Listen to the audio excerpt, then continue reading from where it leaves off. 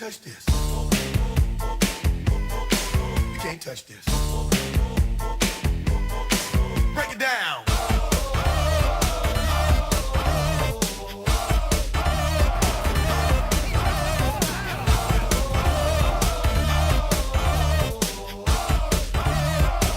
Stop.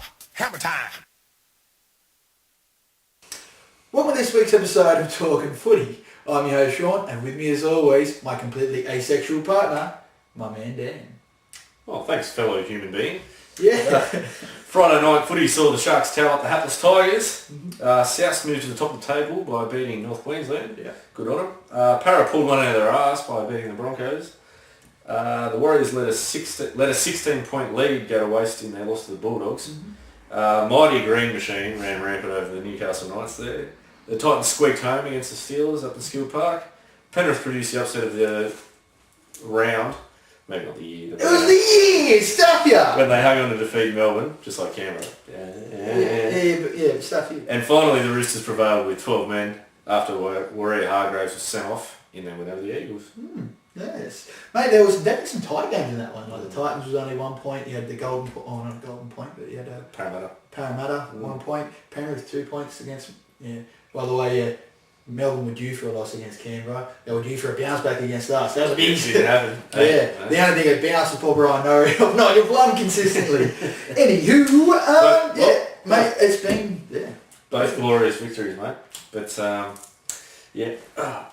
Oh yeah, you like what you see? Had that coming. Mate, I thought the refs had a particularly poor weekend this round. Yeah, I thought so too. I didn't know it was really that good. Especially, I actually thought the Jared Warrior-Hargraves send-off was a bit harsh. A bit rough, yeah. Yeah, but then again, as Gordon Tallis put it, the refs are on a hiding nothing. They get in trouble for not sending off or do. So he's going to cop 5 weeks anyway. But I really think Dan Anderson needs to give him a kick up the bum. Absolutely. Well, it's time for the most popular segment of the show. Who's shit house and who's shit hot? Mate, go away. Well, mate, shit hot this week is our respective teams, mate.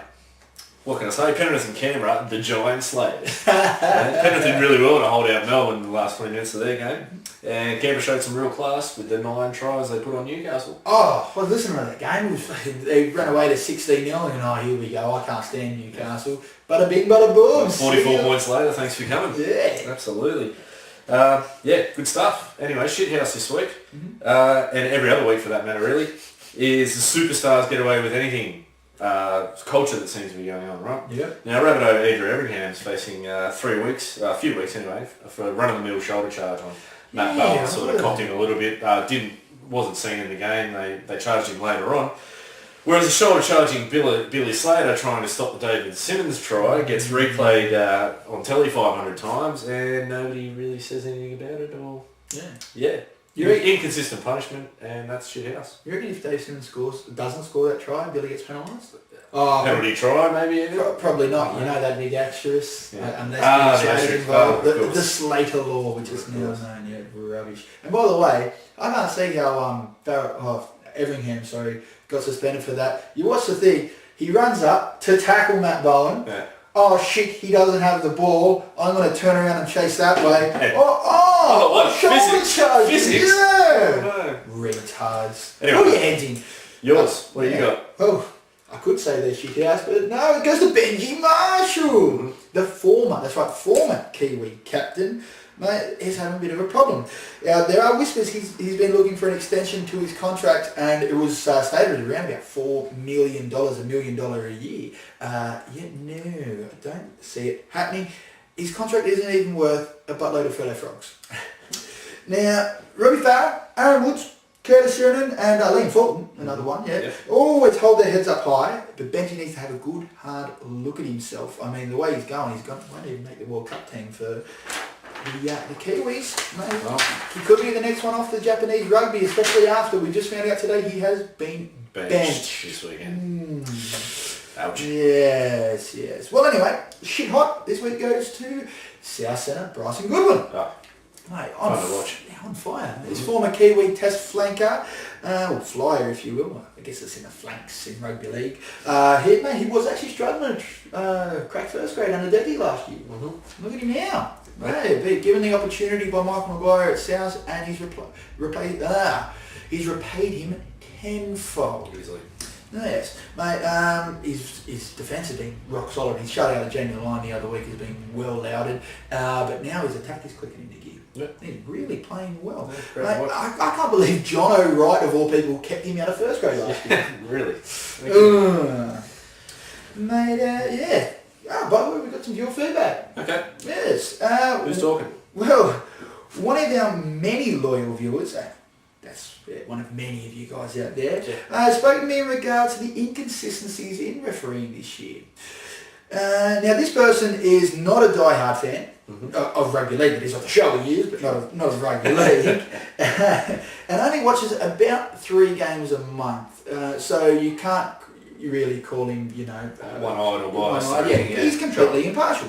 So they've said that they notice a big difference in which teams get penalised around the ruck and which teams get pinged for offside and which don't.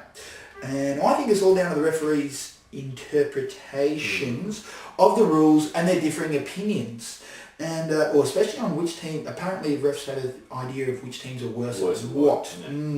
Now, I believe even the 2 referee system makes it even harder because you've got 2 blokes with differing opinions on the same field at the same time. Yeah. So it's very hard to get those blokes in cohesion. So yeah, I really think we need to simplify things, go back to the 1 referee system, and also for Daniel Anderson to just tell us to ensure that these officials don't go into games with predetermined outcomes. Preconceived ideas, mate, especially since on Monday night, listening to the call on Triple M, Bill Harrigan has come out and admitted that he used to do homeworks on players for all his career. Now that means you are more likely to really have a preconceived view in your head, especially when he thinks blokes like Anthony Watmo were more likely to rake the ball out so that they're looking for it. Exactly. If a ball comes out and he didn't see it, he's going to call the penalty. He just can't do that. So I want Daniel Anderson to make sure they don't do that. Hey, look, let's put 2 refs in, that'll sort it out, right? And now it's a failed experiment, pretty much, since its inception, but refereeing brass haven't even reviewed it and bothered reviewing it, and sort of, I don't know, coming up with solutions or just should be right sort of thing at the moment. Now, as for refs doing homework on players, mate, that's bullshit. That is bullshit. Complete bullshit. And they're supposed to be an impartial party adjudicating what they see on the field for 80 minutes, not what some bloke had for dinner last week and holding it against him on the day of the game because he's farting too much. So that's not the way to go about it, really. Exactly. And out of all the referees to say, admit that, Hollywood Harrigan, it's not surprising, unfortunately. Exactly. Like he gets talked about as being the best on-field ref of all time, and fair play, he was a pretty good ref to have. There were some massive cock-ups on his time, but as of course so many players had the same thing too. But you got to call it as you see it. It might have worked for Harrigan, but let's face it, not every referee was up to his standard. So you can't teach them those ideas because they'll go in with their head and they're going to penalise the same team for being offside all the time instead of just telling them to come back, whereas in the other teams they'll tell them to come back. So pull your heads in. I can't believe that's not even the hot topic. It's just a bit... Thank you, mate. But now's a part of the show where we think back to a simpler time in reminiscing. Dan, do you remember the Matt Gidley flick pass? Mate, I was only discussing this with Darren Albert the other day, right? One of your many weekly calls. Him and Brett Mullins. Wingers were constantly handed access to tries by this bloke using his silky smooth skills. Ooh. I mean, check this one out from Origin a few years back. He was that good at this pass, he almost had a trademark for it. As a matter of fact, he actually did. Yeah, would you believe it? Now he receives 20 cents per flick pass completed, which helps him out as the CEO. But his brother Kurt tried to do something similar. Unfortunately, though, the only thing he could register as a trademark was the shithouse performance. Apparently, he's raking in so much money out of royalties, Newcastle only paying 10 grand a year. third-party payments. Have a look at the books on that one. Oh, I think YouTubers just let it up. There we go. But during the week, I found out Chris McQueen was in consideration for an Origin spot. My mood was actually dampened quite quickly when I found out he is in fact a dirty rotten cane zone. Wow. All of a sudden, I don't think he's playing that well, to be honest. No, rubbish, mate, rubbish. They had the same thing last year, right? Josh Papali was playing outstanding footy and was in line to play for New Zealand. Yeah. When he decided he was actually a Maroon, I was hoping Canberra offloaded him to Para. That's funny how things can change so quickly. Yes, indeed. Mind you, he had a rippy game on the weekend, so I can't give too much shit. Yeah, as a Kiwi, not a Maroon. Exactly right, yeah. Anyway, it's time for this week's hot topic. Now, Tom Waterhouse is about as popular as the obstruction rule. We see more of him during the telecast than we used to see of Hindmarsh's ass crack. Yeah, except Hindmarsh's ass is better looking. Absolutely. Betting agencies advertising on footy is nothing new. But having this bloke shoved down our throats twice, an ad break, every ad break, and pre-game in commentary is just going too far. And half-time and full-time just to wrap it up for tomorrow's game. And the little curse down the bottom of the screen as well, mate. I don't care how much he's paid Channel 9 to do this. There should be a limit on how... 9 million. Yeah, I think it's 12. Yeah, there should be a limit to how much his ugly mug can... I don't give a fuck what he looks like. Yeah. I don't want to see his face on television. So there should be a limit to how much he can pop up on TV. The worst thing to come out of his mouth, though, is his good old catchphrase, I know what rugby league punters want. No, you wouldn't, otherwise you'd get the fuck off the television! Oh, Dan. Gamble responsibly, right? Yeah. Yeah, but I'm going to remind you to gamble every 5 seconds. Get off my television, Waterhouse scum, really. Yep.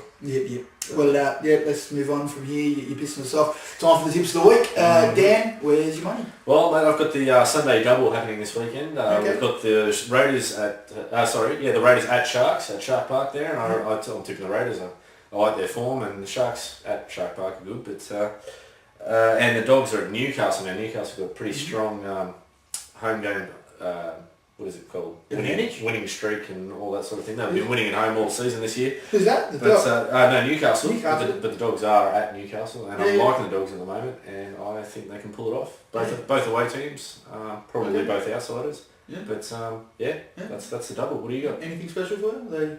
No, they're just going to win. Yeah. They're your Luck of the week. Mate, I was extremely happy to be wrong last week. Thank you very much, Penrith. But you can trust my judgment this week. Reece Robinson, the Canberra custodian, will be man of the match, and that is my shoe-in of the week.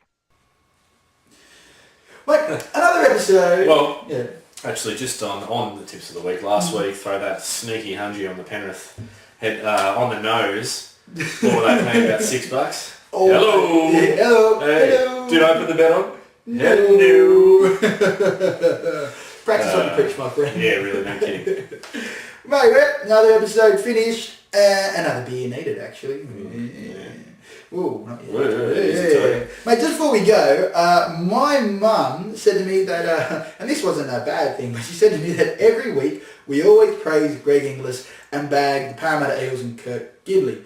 Oh, it was only Kurt Gidley this week, but yeah. Yeah, exactly. Well, I mean, come on, Mum. That's like telling an Alice Springs weatherman that they're becoming predictable. I mean, seriously.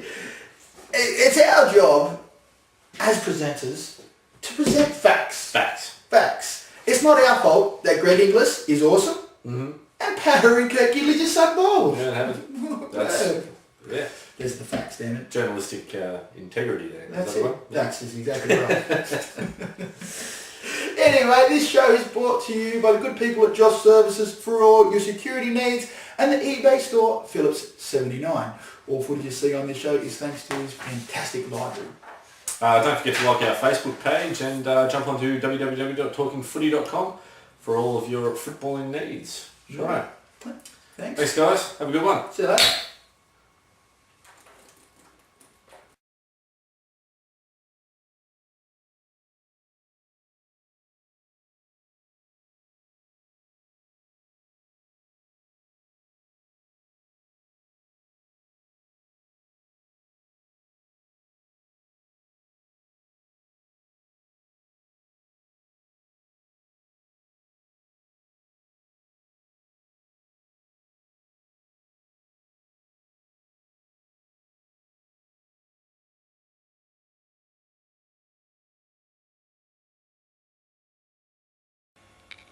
And that's the end of that chapter.